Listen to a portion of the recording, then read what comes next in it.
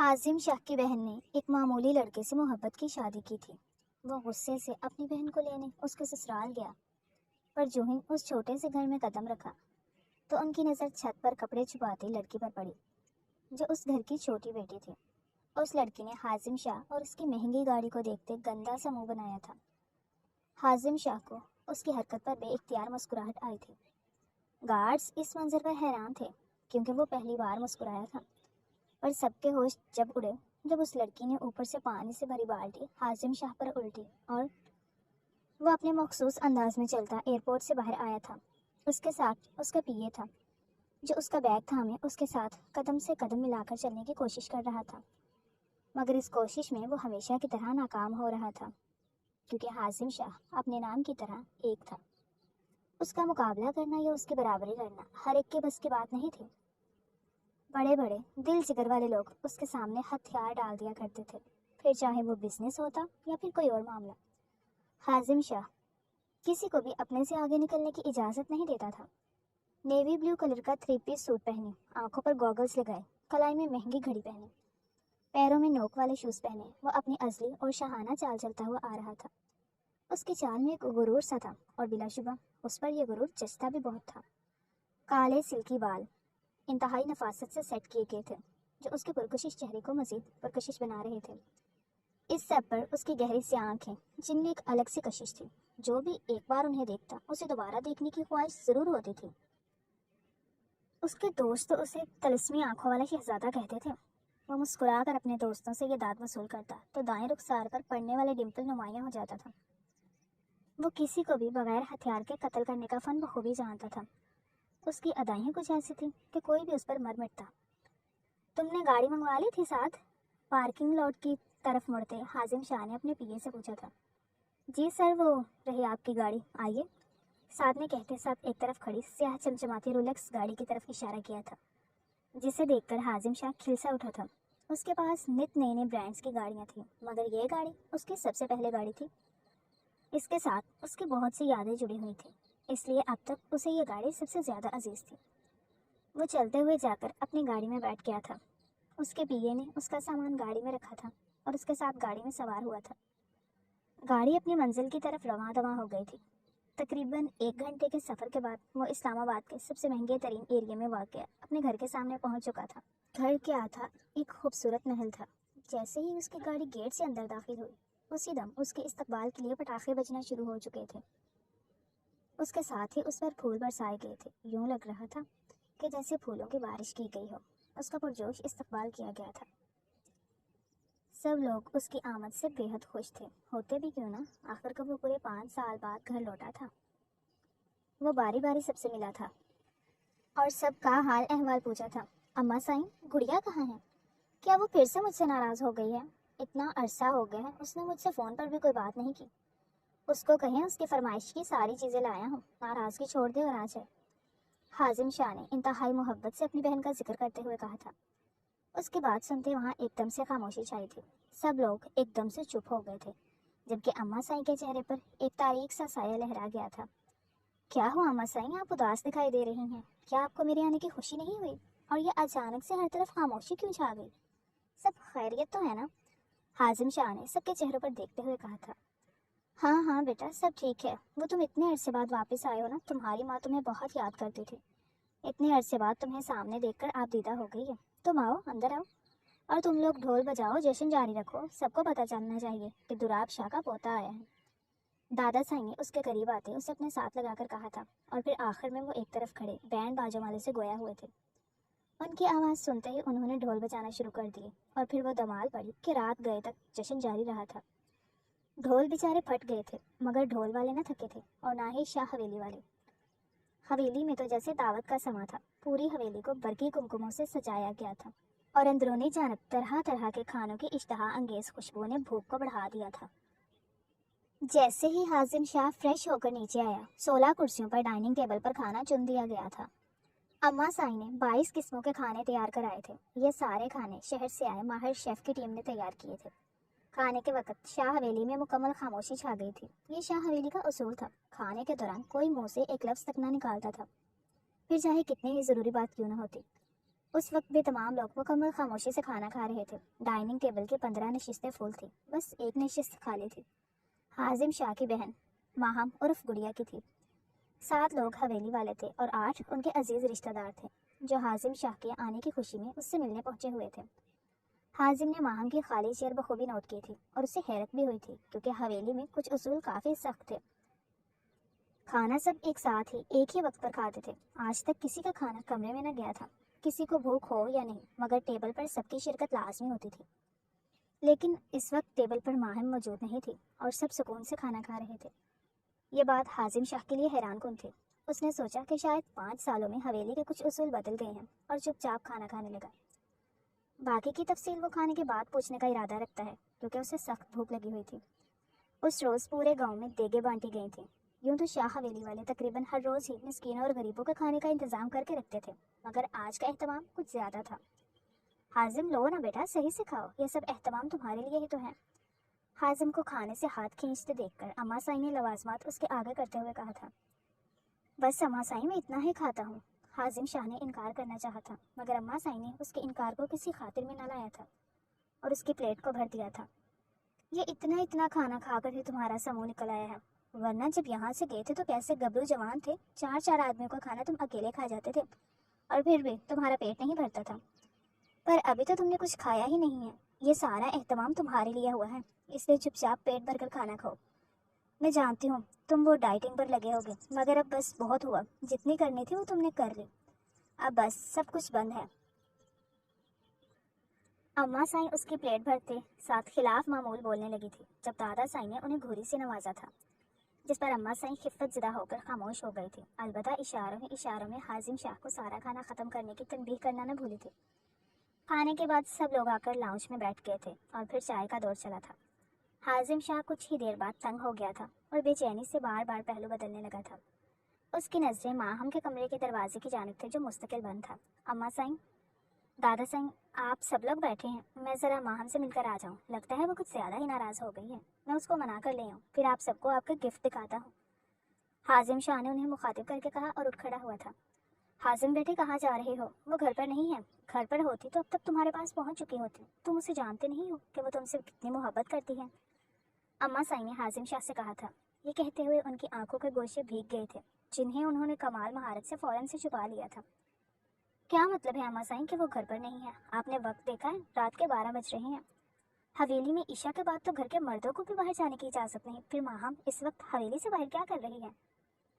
हाजिम शाह ने उलझते हुए पूछा था। अम्मा साई खामोश हो गई थी। उनके पास हाजिम शाह के इस सवाल का कोई जवाब नहीं था।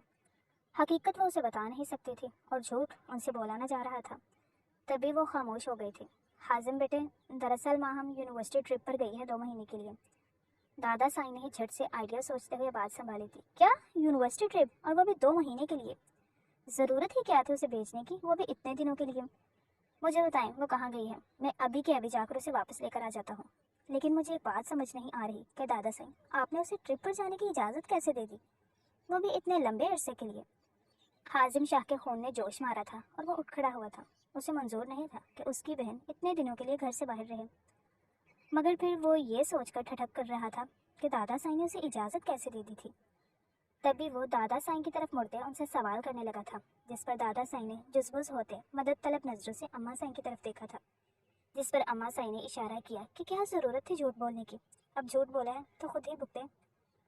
दादा साई, बताएं ना मुझे, आपने माहम को इजाज़त कैसे दे दी? हाजिम शाह ने फिर से सवाल किया था। अरे बेटा बैठो, बताता हूँ तुम्हें। तुम अच्छी तरह जानते हो मुझे घर की बच्चियों का यूं घर से बाहर रहना बिल्कुल भी पसंद नहीं है। मैं इस चीज़ के सख्त खिलाफ हूँ। उसने जब मुझसे इजाज़त मांगी तो मैंने झट से इनकार कर दिया था, क्योंकि मैं इस हक में था ही नहीं। मगर अगले ही रोज़ उसके प्रिंसिपल की कॉल आ गई। वो कहने लगा कि ये ट्रिप घूमने फिरने का ट्रिप नहीं है, बल्कि ये एक रिसर्च ट्रिप है, बल्कि एक प्रोजेक्ट है। किसी मजमून के हवाले से कोई रिसर्च करनी है। इस मजमून में जितने तलबा हैं उन सबका जाना ज़रूरी है। और फिर हमारी माहम तो सबसे होनहार तलबा थी। वो कहने लगे कि आपको माहम को हर हाल में भेजना होगा। फिर मैंने दिल पर पत्थर रखकर भेज दिया उसे। अभी परसों ही गई है, लंदन की किसी यूनिवर्सिटी में गए हैं वो सब लोग। तुम फिक्र ना करो, यही समझो कि वो पढ़ाई करने ही गई है, आ जाएगी वापस। दादा साई ने अपनी तरफ से एक तवील कहानी बनाकर हाजिम शाह को सुनाई थी, जिस पर हाजिम शाह को यकीन भी आ गया था। کیونکہ اس کے وہم و گمان میں بھی نہیں تھا کہ اس کے دادا سنگ اس سے جھوٹ بول سکتے ہیں۔ دوسری طرف دادا سنگ دل ہی دل میں توبہ کر رہے تھے اور یہ سوچ کر خود کو تسلی دے رہے تھے کہ جو جھوٹ کسی مصلحت کے تحت بولا جائے وہ جھوٹ نہیں ہوتا۔ انہوں نے بھی تو یہی کیا تھا۔ حازم شاہ ابھی ابھی آیا تھا، اس لیے چند دنوں تک وہ اسے ماہم والے قصے سے دور ہی رکھنا چاہتے تھے۔ ان کا ارادہ تھا کہ وہ بعد میں اسے بتا دیں گے۔ کچھ دیر بعد سب لوگ اپنے اپنے کمروں میں چلے گئے تھے۔ اگلے روز ناشتے کے بعد ہی حازم شاہ کے دوست حویلی آ گئے اور پھر اسے اپنے ساتھ لے گئے۔ حازم شاہ یہ وقت اماں سائیں اور دادا سائیں کے ساتھ گزارنا چاہتا تھا، مگر اس کے دوستوں نے اسے چھوڑا ہی نہیں تھا۔ وہ تقریباً مغرب سے کچھ 5 منٹ پہلے حویلی میں داخل ہوا تھا۔ مغرب کی اذانیں بلند ہو رہی تھی، اس کے ساتھ ہی حازم شاہ کے قدموں میں تیزی آئی تھی۔ اس کا ارادہ چینج کر کے نماز پڑھنے کا تھا۔ آج دن میں بھی اس کی ساری نمازیں رہ گئی تھی، مگر وہ مغرب کی نماز نہیں چھوڑنا چاہتا تھا، اس لیے تیزی سے اپنے کمرے کی جانب بڑھنے لگا تھا۔ لیکن ابھی وہ لاؤنج کے وسط میں ہی پہنچا تھا کہ تبھی آگے سے آنے والے مخالف وجود کے ساتھ اس کا بری طرح سے ٹکراؤ ہوا تھا، اور نتیجتاً وہ مخالف وجود اسے اپنے ساتھ لیے زمین بوس ہوا تھا۔ وہ کوئی اور نہیں بلکہ چچا سائیں کی بیٹی فائزہ تھی۔ آئی ایم سوری حازم، وہ میں نے آپ کو دیکھا نہیں، دراصل میں جلدی میں تھی، آپ کو کہیں لگی تو نہیں؟ فائزہ فوراً سے اٹھ بیٹھی تھی اور پھر حازم شاہ کے بازو سے نادیدہ گرد جھاڑتے ہوئے شرمندہ سے انداز میں سوری کرنے لگی تھی۔ It's okay, I'm fine. Hazim بنا اس کی طرف دیکھے اٹھ کھڑا ہوا تھا اور زینے چڑھنے لگا تھا۔ پیچھے فائزہ اس کی اس بے اعتنائی پر جل کڑ کر رہ گئی تھی۔ اس نے بالوں پر ہاتھ پھیرتے اپنے بال سیدھے کیے تھے اور اپنے کمرے میں آ کر آئینے کے سامنے کھڑی ہوتی اپنا جائزہ لینے لگی تھی۔ وہ اس وقت سرخ رنگ کے کرتا شلوار میں ملبوس تھی۔ شلوار ٹخنوں سے اوپر چڑھائی گئی تھی، جبکہ کوہنی سے آگے قمیض کی آستین بھی غائب تھی۔ قمیض کا گلا کافی گہرا تھا، دوپٹہ اس نے سارا اکٹھا کر کے ایک کندھے پر ڈال دیا تھا۔ بالوں کا سٹائل بنا کر باقی بالوں کو کھلا چھوڑا گیا تھا۔ منہ پر بیس کی تہ اچھی طرح سے جمانے کے بعد اس نے لال ہی رنگ کی لپسٹک لگائی تھی اور آنکھوں میں بھر بھر کر کاجل لگایا تھا۔ صرف یہی نہیں بلکہ آنکھوں میں حازم شاہ کی آنکھوں کے رنگ کے ہم رنگ لینس بھی ڈالے گئے تھے۔ یہ سب صرف اور صرف حازم شاہ کو متاثر کرنے کے لیے تھا۔ اس نے پچھلے 2 گھنٹے لگا کر اتنی محنت کی تھی اور اتنی محنت سے وہ حازم شاہ کے لیے تیار ہوئی تھی، مگر حازم شاہ نے اسے ایک نظر دیکھنے کے بعد اس پر دوسری نظر ڈالنا بھی گوارا نہیں کیا تھا۔ آخر کب تک حازم، کب تک تم میرے حسن سے نظریں چراؤ گے؟ بہت جلد تمہیں میرا ہی ہونا ہے اور میں تمہیں خود سے محبت کرنے پر مجبور کر دوں گی، یہ میرا وعدہ ہے تم سے۔ فائزہ نے حازم شاہ کے تصور سے مخاطب ہوتے خود کلامی کی تھی۔ کیا ہوا اپیا؟ حازم بھائی نے اگنور کر دیا تمہیں؟ میں نے تمہیں کہا تھا یہ سب فضول ہے اور بیکار کی محنت ہے۔ حازم بھائی اتنے سال باہر رہ کر آئے ہیں، وہاں انہیں ایک سے ایک خوبصورت لڑکی ملی ہوگی، ان سب کو چھوڑ کر وہ تمہیں لفٹ کیوں کروانے لگے؟ تم یہ کوششیں کرنا چھوڑ دو۔ مجھے تو لگتا ہے کہ وہ بہت جلد دادا سائیں سے بات کریں گے اور انہیں کہیں گے کہ وہ وہاں کسی گوری میم کو پسند کر آئے ہیں۔ اب ان کی جلد سے شادی کروا دی جائے اور تم ان سے شادی کے خواب ہی دیکھتی رہ جاؤ گی۔ فائزہ سے چھوٹی حریم نے اسے جلتے کرتے دیکھا تو اس کے زخموں پر نمک چھڑکنے لگی تھی۔ او جسٹ شٹ اپ، منہ اچھا نہ ہو تو انسان بات ہی اچھی کر لیا کرے، ویسے میں بھی کس کے منہ لگ رہی ہوں؟ حازم شاہ صرف اور صرف میرا ہے، صرف اور صرف فائزہ ابرار کا، اسے میں کسی بھی قیمت پر حاصل کر کے رہوں گی، تم بس دیکھتی رہنا۔ فائزہ شاہ نے کچھ سوچتے ہوئے کہا تھا، اس کے لہجے میں ایک تکبر سا تھا جو حریم کو ایک آنکھ نہ بھایا تھا۔ ہاں دیکھتی رہو جاگتی آنکھوں کے خواب، وہ کیا ہوتا ہے؟ ہاں، بلی کے خواب میں چھیچڑے اور تمہارے خواب میں حازم بھائی، کیونکہ حقیقت میں تو وہ تمہیں نہیں ملنے والے۔ بہرحال جا کر اب اپنا حلیہ بدلو اور یہ کپڑے بھی بدل کر آؤ، وگرنہ کسی اور نے دیکھ لی نا تو تمہیں حازم بھائی سے تو نہیں، البتہ فضلو سے ضرور بیاہ دیں گے۔ حریم نے اسے کہتے ہوئے ملازم کا نام لیا تھا جس پر فائزہ سرتا پیر سلک اٹھی تھی۔ میں کیوں کروں اس فضلو سے شادی؟ اس فضلو سے شادی کرتی ہے میری جوتی، فائزہ نے پیر پٹکتے ہوئے کہا اور پھر دوسرا مناسب اور ڈھنگ کا لباس لے کر کپڑے بدلنے واش روم چلی گئی تھی۔ کچھ دیر بعد جب وہ باہر آئی تو اپنی اصلی حالت میں تھی۔ وہ وہاں سے سیدھا کچن میں آئی تھی جہاں اس کی امی ناہید بیگم ملازماؤں کے سر پر کھڑی ڈنر کی تیاری کروا رہی تھی۔ اماں سائیں ذرا کمرے میں آئیں، مجھے آپ سے ضروری بات کرنی ہے، فائزہ نے سیدھا سیدھا ناہید بیگم کو کہا تھا۔ ابھی دیکھ نہیں رہی میں کام کر رہی ہوں، بھابھی نے کہا ہے کہ سب کچھ اپنی نگرانی میں کروانا، میں فری ہو جاؤں پھر تمہاری بات سنتی ہوں۔ ناہید بیگم نے اس کی توجہ چولہے پر چڑھے ہوئے کھانوں کی طرف مبذول کراتے ہوئے کہا تھا۔ او کم آن اماں سائیں، کب تک تائی اماں کی چاکری کرتی رہیں گی؟ کچھ اپنے بارے میں بھی سوچیں، ملازمہ بنا رہی ہے، سب آ کر میری بات سنیں، فائزہ نے اکتائے ہوئے لہجے میں کہا تھا۔ اس کا لہجہ ایسا تھا کہ ایک پل کے لیے ناہید بیگم چونکی تھی، تبھی وہ اگلے ہی پل ملازمہ کو ہدایات دیتی فائزہ کا ہاتھ پکڑ کر اسے کھینچتے ہوئے کچن سے باہر لائی تھی۔ اپنے کمرے میں آ کر انہوں نے فائزہ کا ہاتھ چھوڑا تھا۔ تمہیں معلوم بھی ہے کہ تم کیا بکواس کر رہی ہو؟ ناہید بیگم نے دبے دبے غصے سے پوچھا تھا۔ हाँ तो क्या गलत कह रही हूँ? आखिर कब तक इस हवेली में ताई अम्मा का राज चलेगा? कुछ अपने बारे में भी सोचें। अब क्या आपका दिल नहीं करता कि आप ताई अम्मा की तरह इस हवेली पर राज करें? आपके इख्तियार में हवेली के सारे काम हों, आप सिर्फ ताई अम्मा की तरह हुक्म करें और उस हुक्म को बजा लाने वाले मौजूद हों। फायजा ने नाहिद बेगम के सामने मुस्तकबिल का नक्शा खींचा था।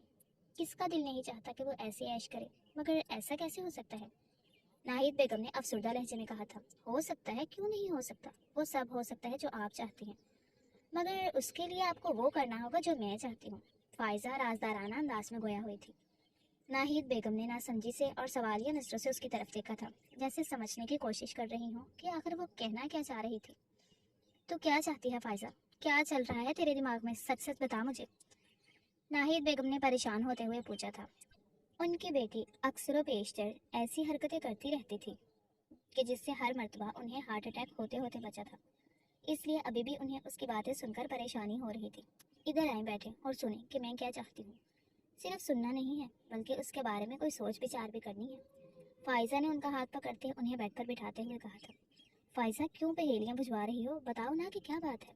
नाहिद बेगम ने पूछा था। अम्मा साईं, अब जो बात मैं आपको बताने जा रही हूँ उसे गौर से सुनिएगा। मैं हाजिम से शादी करना चाहती हूँ और मैं चाहती हूँ कि आप अब्बा साईं और दादा साईं से इस बारे में बात करें। जितनी जल्दी हमारी शादी होगी उतना ही हमारे लिए अच्छा होगा। फायजा ने पुरसुकून लहजे में कहा था, मगर नाहिद बेगम का सारा सुकून गारत हो चुका था। ये क्या कह रही हो तुम फायजा? तुम होश में तो हो ना? कहीं पी भी तो नहीं ली? नाहिद बेगम ने हैरान कुन नजरों से फायजा को देखते हुए पूछा था। अम्मा साईं, मैं सीरियस हूँ और आप भी सीरियस हो जाएं, फायजा बोली थी। ये तूने क्या सोच लिया फायजा? ऐसा कैसे मुमकिन है? नाहिद बेगम ने कहा। क्यों मुमकिन नहीं है? क्या मैं लड़की नहीं हूँ या मुझ में कोई कमी है जो ऐसा नहीं हो सकता? मैं नहीं जानती कि ये सब कैसे होगा और कैसे नहीं, मगर मेरा ये हतमी फैसला है। मुझे शादी करनी है तो सिर्फ और सिर्फ हाजिम से, और उसके लिए चाहे मुझे कुछ भी करना पड़े मैं करूँगी। फायजा के इंतहाई जुनूनी अंदाज में कहा था। उसका जुनून देखकर नाहिद बेगम एक पल के लिए खौफजदा हो गई थी। मैं बात करती हूँ तुम्हारे अब्बा से, फिर देखते हैं क्या होता है। कुछ देर सोचने के बाद नाहिद बेगम ने सिर्फ इतना ही कहा था। सिर्फ बात नहीं करनी अम्मा साईं, अब्बा साईं को मनाना है ताकि वो दादा साईं से बात कर सके, फायजा ने कहा तो नाहिद बेगम ने सर हिला के उसकी हाँ में हाँ मिलाई थी। फायजा उठकर अपने कमरे में आ गई थी, जबकि नाहिद बेगम सोच में पड़ गई थी कि वो इब्रार शाह से कैसे बात करें। खैर, वक्त गुजरता गया था। हाजिम शाह को वापस आए एक महीना गुजर चुका था। इस दौरान फायजा ने उसके आगे पीछे फिरने का कोई भी मौका अपने हाथ से न जाने दिया था। अब तो उसकी हरकतें हाजिम शाह भी बखूबी समझने लगा था। उसने कई मरतबा फायजा को नरमी से समझाने की कोशिश भी की थी, मगर फायजा अपनी हरकतों से बाज न आई थी, जिस पर हाजिम शाह अब उसकी हरकतों से जिच होने लगा था और उसे फायजा पर गुस्सा भी आने लगा था। वो बहुत मुश्किल से उसकी हरकतों पर अपने गुस्से को कंट्रोल करता था, क्योंकि वो घर में किसी किस्म की कोई बदमस्की नहीं चाहता था। मगर अब उसकी बर्दाश्त जवाब देने लगी थी। वो उसकी हरकतों से आजिज आ गया था। वो ना वक्त देखती थी और ना ही जगह, झट से उसके पास आ जाया करती थी। हालांकि वो उसे दबे दबे लफ्जों में कई मरतबा टोक चुका था, मगर फायजा शायद उन लोगों में से थी जिन लोगों को प्यार की बात समझ में नहीं आती थी। उस रोज़ भी वो रात फ्री होने के बाद जब अपने कमरे में आए तो देखा कि फायजा इंतहाई बेबाकी और बेखौफी से उसके बेड पर बैठी हुई थी। उसे रात के इस पहर अपने बेड पर बैठे देखकर हाजिम शाह का मीटर एकदम से घूम गया था। तभी वो एकदम से आगे बढ़ा था और उसने आगे बढ़ते खींच कर फायजा को बेड से नीचे खड़ा किया था। क्या बेहूदगी है ये? क्या कर रही हो तुम रात के इस पहर मेरे कमरे में? तुम्हें शर्म नहीं आती क्या? अपनी नहीं तो कुछ मेरी ही इज्जत का ख्याल कर लो। किसी ने रात को इस पहर तुम्हें मेरे कमरे में देख लिया तो क्या सोचेगा? हाजिम शाह अपना गुस्सा जब्त करते दबा दबा सा चिल्लाया था। जिसने जो सोचना है सोचने दो, मुझे कोई परवाह नहीं है। मुझे सिर्फ और सिर्फ तुमसे मतलब है, फायजा इंतहाई बहके हुए अंदाज में बोली थी और एकदम ही आपसे तुम पर आई थी, जैसे अचानक वो हाजिम भाई से हाजिम पर आई थी, बिल्कुल उसी तरह जिस पर हाजिम शाह ने दाएं अब्रो उचकाकर उसे देखा था। क्या बकवास है? जाओ यहाँ से और दोबारा मेरे कमरे में मत आना, हाजिम शाह ने कहा था। ये बकवास नहीं है बल्कि मोहब्बत है, फायजा ने इकरार किया था। हाजिम शाह ने फटी फटी नजरों से उसे देखा था। उसे उम्मीद नहीं थी कि फायजा इस हद तक जा सकती थी। ये सच है हाजिम, मैं नहीं जानती कि कब और कैसे, लेकिन मैं तुमसे मोहब्बत करने लगी हूँ। मुझसे शादी कर लो, मैं तुम्हें बहुत खुश रखूंगी। फायजा ने आगे बढ़ते हाजिम शाह का हाथ थाम लिया था और इजहार मोहब्बत करने के साथ साथ शादी का पैगाम भी दे डाला था। चटाख! अगले ही लम्हे हाजिम शाह के भारी हाथ का थप्पड़ फायजा के मुंह पर पड़ता उसके 14 तबक रोशन कर चुका था। क्या बेहूदगी है ये? कोई शर्म हया नाम की चीज बाकी है तुम्हारे अंदर या सब कुछ बेच कर खा गई हो? मैं अपने और तुम्हारे रिश्ते को मुकद्दस रिश्ता समझता रहा, हमेशा तुम्हें अपनी बहन का दर्जा दिया, मगर तुम इस हद तक गिरी हुई निकलोगी ये मैंने कभी नहीं सोचा था। मुझे तो शर्म आ रही है तुम्हें अपनी बहन कहते हुए। मैं सोच भी नहीं सकता था कि तुमने अपने दिमाग में इतना खन्नास भर कर रखा हुआ है। हाजिम शाह ने कहते हुए जब्त करने के बावजूद भी उसके मुंह पर एक के बाद दूसरा थप्पड़ रसीद किया था। तुम ऐसा नहीं कर सकते हाजिम, मैं मोहब्बत करती हूँ तुमसे। फायजा दो दो थप्पड़ खाने के बाद भी ना संभली थी और ना ही उसे अकल आई थी। तभी वो दूबदू बोली थी, ये सिर्फ और सिर्फ बेहयाई है। ये सब करने से पहले कम अपने खानदान की इज्जत का कुछ तो ख्याल कर लेती। हाजिम शाह को फायजा की सोच का सख्त सदमा हुआ था। क्यों, मैंने ऐसा क्या किया है जिसे सुनकर आपको खानदान की इज्जत का डर पड़ गया? मैंने तो कोई ऐसा काम किया ही नहीं है कि जिससे खानदान की इज्जत पर बात आए। मैं आपसे मोहब्बत करती हूँ, उसका इजहार करके आपको शादी की पेशकश की है। इसमें भी आपको बुराई नजर आ रही, और जो आपकी बहन ने किया वो आपने नहीं देखा, वो आपने नहीं महसूस किया कि खानदान की इज्जत का क्या होगा। उस वक्त तो किसी ने भी इस बारे में नहीं सोचा था, और अब जब मैंने वही बात की तो मुझे बेहया कहा जा रहा है। फायजा गुस्से से चीख पड़ी थी। उसे बर्दाश्त ही न हुआ था कि हाजिम शाह ने उसे बदतरीन तरीके से रिजेक्ट कर दिया था। तभी वो उस राज को खोल गई जो हवेली वाले हाजिम शाह से छुपाए हुए थे। क्या कह रही हो तुम, किसकी बात कर रही हो? हाजिम शाह ने नासमझी से फायजा की तरफ देखा था। तुम्हारी उसी लाडली और चहेती बहन की बात कर रही हूँ। मैं उसे तो किसी ने कुछ भी नहीं कहा। वो बेशर्मी की सारी हदें पार कर गई और सब खामोश रहे, और अब आपको क्यों बुरा लग रहा है? फायजा की आवाज़ बदस्तूर ऊंची थी। फायजा, खामोश हो जाओ, बकवास बंद करो। खबरदार जो मेरी बहन के बारे में एक लफ्ज़ भी कहा तो। हाजिम शाह ने फायजा को धमकी दी थी। मुझे कोई शौक नहीं है उसके बारे में कुछ भी कहने का, लेकिन तुम्हें पता होना चाहिए कि तुम्हारी लाडली ने क्या गुल खिलाया है। तुम्हें मालूम भी है कि वो इस वक्त कहाँ है? फायजा ने जिताती हुई नजरों से हाजिम शाह को देखते हुए पूछा था। जी, मुझे अच्छी तरह से इल्म है, वो पढ़ाई करने गई है, तुम्हारी तरह नहीं है जो खुद को प्लेट में सजाकर पेश करने चली हो। हाजिम शाह ने ये अल्फाज तो कह दिए थे, मगर नहीं जानता था कि कुछ ही देर में ये अल्फाज उस पर भारी पड़ने वाले थे। ये कहानी तुम्हें यकीनन दादा साई ने सुनाई होगी, अब मेरी बात भी सुन लो। तुम्हारी बहन न लंदन गई है और ना ही किसी रिसर्च ट्रिप पर, बल्कि इस वक्त वो रावलपिंडी के एक घर में मौजूद है जो उसका ससुराल है। फायजा ने हाजिम शाह की समातों पर धमाका किया है। ये क्या कह रही हो तुम? हाजिम शाह ने भी यकीनी से पूछा था। यही सच है जो तुम सुन रहे हो। तुम्हारी बहन ने 6 महीने पहले ही अपनी पसंद के लड़के से शादी कर ली है। वो लड़का उसका यूनिवर्सिटी फेलो था। दादा साईं, अम्मा साईं, मेरे अब्बा साईं, अम्मा साईं, सबने उसे बहुत समझाया कि वहाँ ऐसा मत करो। वो लड़का हमारे स्टैंडर्ड का नहीं है। उसका और तुम्हारा कोई जोड़ नहीं है, लेकिन वो कहाँ, हम कहाँ। मगर तुम्हारी बहन ने किसी की ना सुनी। दादा साईं ने उस पर सख्ती की तो उसने अपनी जान लेने की कोशिश की और दूसरी मर्तबा अपने सर पर बंदूक रख ली, और दादा साईं के सामने बेहयाई से कहा कि अगर उन्होंने उसकी शादी उस 2 टके के लड़के से नहीं करवाई तो वो अपनी जान ले लेगी। बस फिर सब मजबूर हो गए और मजबूरी में उसकी शादी वहाँ करवानी पड़ी, और सबने तुमसे ये बात छुपाई रखी। फायजा ने पूरी बात, जिसमें किसी हद तक झूठ शामिल था, तफसीलन बताते हुए हाजिम शाह की हालत का मजा लिया था। ये सब झूठ है, ऐसा नहीं हो सकता, हाजिम शाह ने कहा था। यही हकीकत है मिस्टर हाजिम शाह। अगर मुझ पर यकीन नहीं आता तो बेशक अपनी अम्मा साईं से या फिर अपने दादा साईं से पूछ लेना, और अगर उस पर भी यकीन ना आया तो एड्रेस तुम्हें टेक्स्ट कर दूंगी। अपनी आंखों से जाकर अपनी बहन को देखा ना, फायजा ने इतराते हुए कहा था। वो सब मैं देख लूंगा, मगर एक बात याद रखना फायजा, जो कुछ तुमने कहा है, अगर वो सब कुछ सच ना हुआ तो तुम्हारा मैं वो हाल करूंगा कि सारी दुनिया देखेगी। हाजिम शाह ने फायजा को धमकी दी थी और फिर वहीं से मुड़ता टेरेस पर आ गया था। सारी रात वो टेरेस पर रहा था और सिगरेट फूंकता रहा था। उसने पूरी रात कांटों पर गुजारी थी। जो ही सुबह हुई वो सीधा दादा साईं के पास जा पहुंचा था और उनसे इस्तफसार करने लगा था, जिस पर दादा साईं इकरार कर गए थे, क्योंकि हाजिम शाह को सब मालूम हो चुका था। इसलिए अब उससे कुछ भी छुपाने का कोई फायदा न था। आपने मुझे बताया क्यों नहीं दादा साईं? वो बच्ची थी, आप सब लोग तो बच्चे नहीं थे। आप सबने उसे ऐसे कैसे किसी के साथ भी ब्याह दिया? ऐसा कैसे कर सकते हैं आप? इस बात की तस्दीक होते ही हाजिम शाह ने तकरीबन अपने बाल नोच डाले थे। हाजिम, गुस्सा करने का कोई फ़ायदा नहीं है। हमने जो किया सोच समझ कर किया है। भले ही वो लोग हैसियत में हमारे सामने कुछ भी नहीं, मगर अच्छे लोग थे, शरीफ थे, और सबसे बढ़कर तुम्हारी बहन की खुशी उसी में थी। तुम्हारा बाप होता तो क्या वो तुम्हारी बहन की या तुम्हारी किसी ख्वाहिश को रद्द करता? यही सोचकर बस मैंने उसकी ख्वाहिश को अहमियत दी, दादा साईं ने थके थके लहजे में कहा था। हाजिम शाह के बाबा 10 साल पहले ही एक रोज़ अचानक वफात पा गए थे। तब से दादा साईं ही माँ और हाजिम के सर पर दस्ते शफकत रखा था और उनकी हर ख्वाहिश को पूरा किया था। दादा साईं, आपको जो ठीक लगा वो आपने किया, मगर मुझे ये ठीक नहीं लग रहा। मैं उसे वहाँ नहीं रहने दूंगा, मैं उसे लेने जा रहा हूँ। कान पर 2 लगेंगी तो खुद ही अकल आ जाएगी उसे, हाजिम शाह कहते हुए उठा था।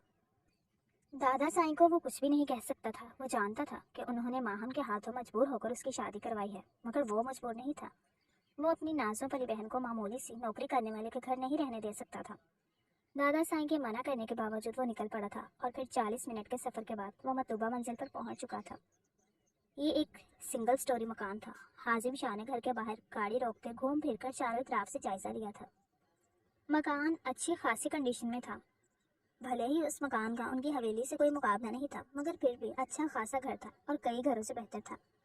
वो बाहर ही खड़ा भी जायजा ले रहा था कि तभी उसकी नज़र छत पर गई थी, जहां वो मासूम परी कपड़े खंगालते हुए तार पर डाल रही थी। न जाने उसके चेहरे में ऐसी क्या कशिश थी कि हाजिम शाह बेइख्तियार उसे देखे गया था।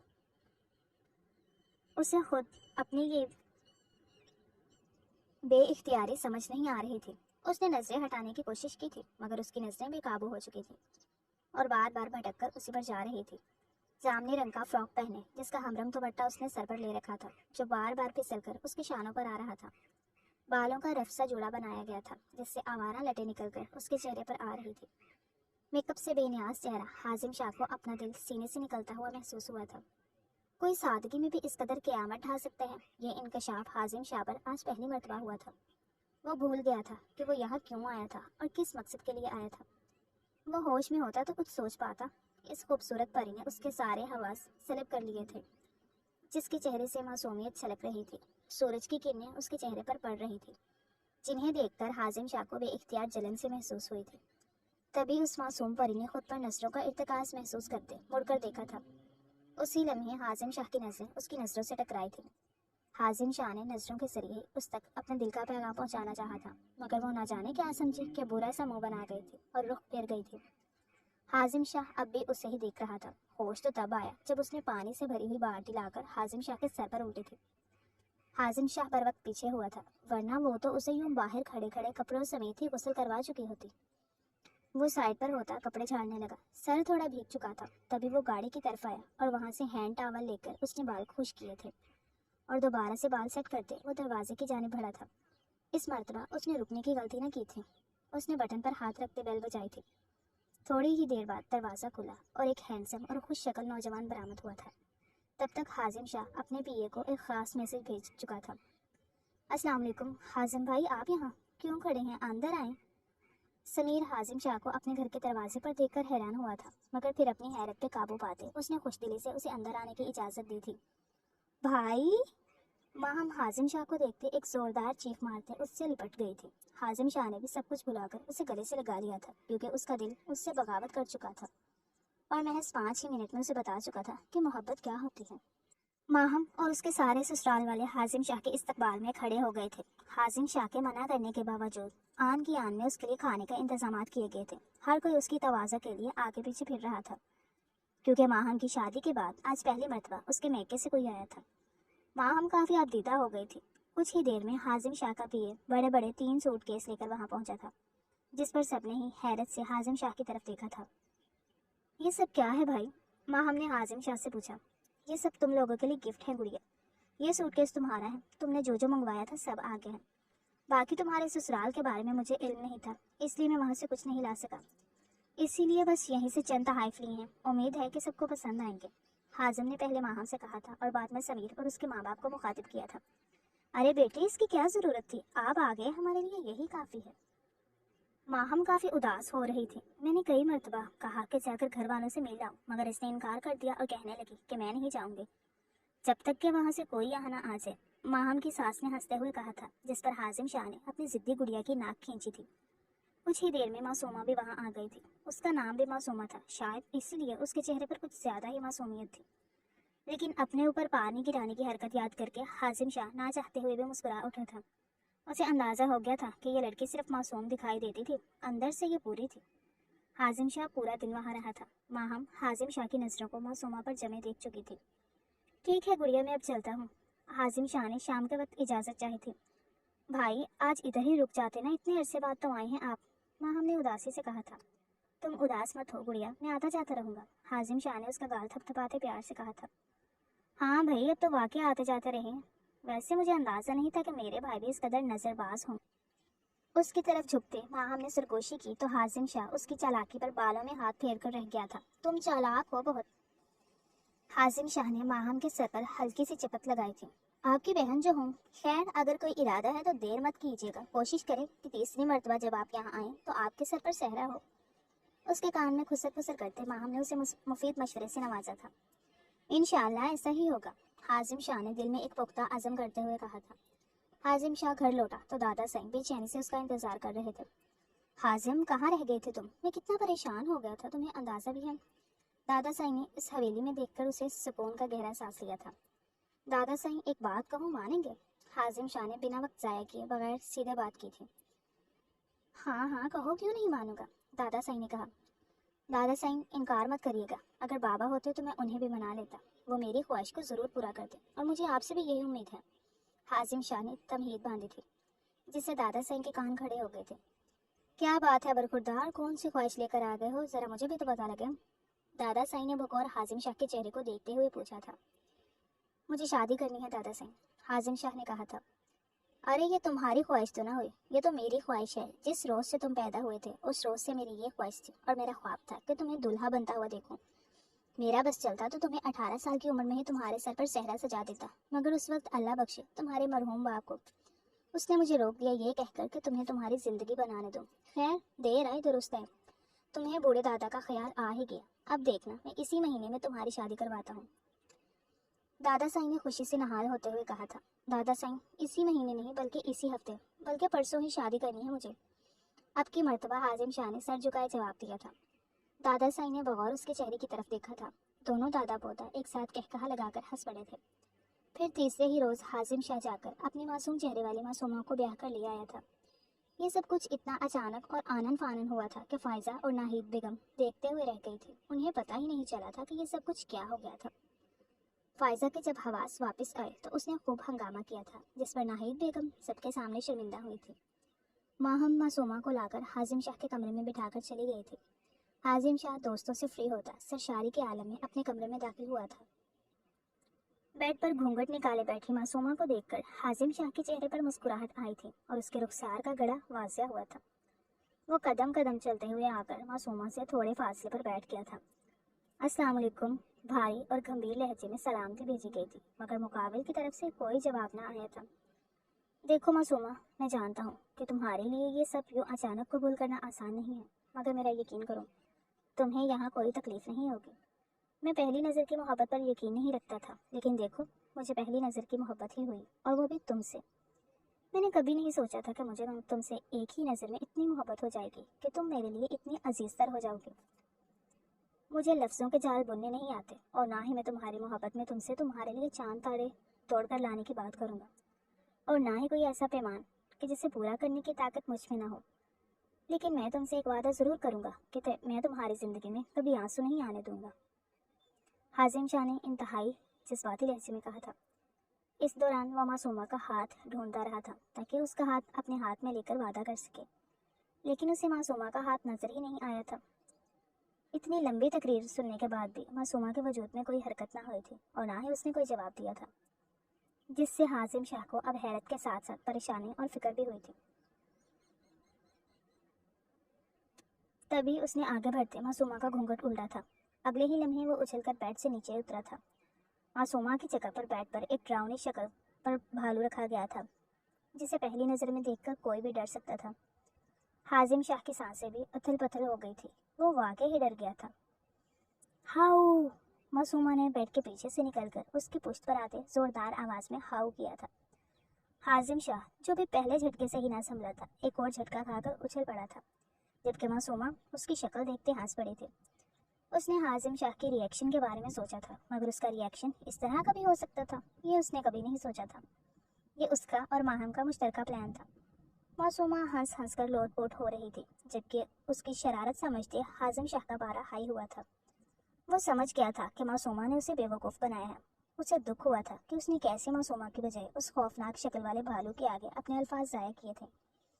अच्छा, तो मुझे बेवकूफ़ बनाया जा रहा था, मैं तो तुम्हें बेहद मासूम समझता था, मगर पहली ही रात मुझे अंदाज़ा हो गया है कि तुम मासूम नहीं हो, बल्कि चुड़ैल ज़रूर हो। अब देखो मैं तुम्हारे साथ क्या करता हूँ, हाजिम शाह ने कहते हुए हंसती हुई मासूमा की कलाई पकड़कर उसे अपनी तरफ खींचा था, जिससे वो एकदम उसके चौड़े सीने से आन टकराई थी।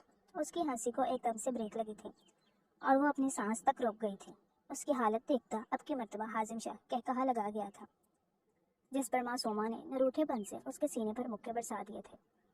حازم شاہ نے اس کے ہاتھوں کو پکڑ کر خود سے دور کیا اور پھر اگلے ہی لمحے چھپ کر اسے گود میں اٹھا لیا تھا۔ اس کے گلے میں باہیں ڈالتے معصومہ نے سر اس کے سینے سے ٹکا دیا تھا۔ حازم شاہ اس کی اس خود سپردگی پر نثار ہوتا اسے لیے بیڈ پر آیا تھا۔ اسے بیڈ پر لٹاتے وہ پردے گرا گیا تھا۔ اگلی صبح ان دونوں کی زندگی کی بے حد روشن صبح تھی۔ دونوں ایک دوسرے کا ساتھ پا کر مکمل ہو گئے تھے۔ ان کی کہانی کسی نفرت، کسی انتقام یا کسی بدلے کا شکار نہیں ہوئی تھی۔ البتہ فائزہ نے ان دونوں کے بیچ میں ٹانگ اڑانے کی کوشش ضرور کی تھی، جس پر ابرار شاہ نے اپنے ایک جاننے والے سے فائزہ کا نکاح کروا دیا تھا تاکہ فائزہ حازم شاہ اور معصومہ کو تنگ نہ کرے۔ تھوڑے ہی عرصے بعد فائزہ کی ہنسی خوشی شادی ہو گئی تھی۔ اسے حازم شاہ سے محبت نہیں تھی، اسے حازم شاہ کی دولت سے محبت تھی۔ وہ حویلی پر کنٹرول چاہتی تھی، مگر جب اسے دوسری طرف پیسے اور دولت والا شوہر ملا تو وہ اس کی طرف ہو گئی۔ اس کی شاید فطرت ہی ایسی تھی جو شاید بدلنے والی نہیں تھی۔ ختم شد۔ ڈیئر ریڈرز اینڈ لسنرز، کیسا لگا آپ کو یہ مکمل ناول؟ کمنٹس میں ضرور بتائیے گا۔ ناول اچھا لگا ہو تو ویڈیو کو لائک کر دیں، دوستوں کے ساتھ شیئر کر دیں اور چینل کو سبسکرائب کر دیں تاکہ آنے والا ہر نیا ناول آپ تک پہنچتا رہے۔ کل ملتے ہیں کسی نئے ناول کے ساتھ، نئے کرداروں کے ساتھ۔ تب تک کے لیے اپنا خیال رکھیے گا۔ اللہ حافظ۔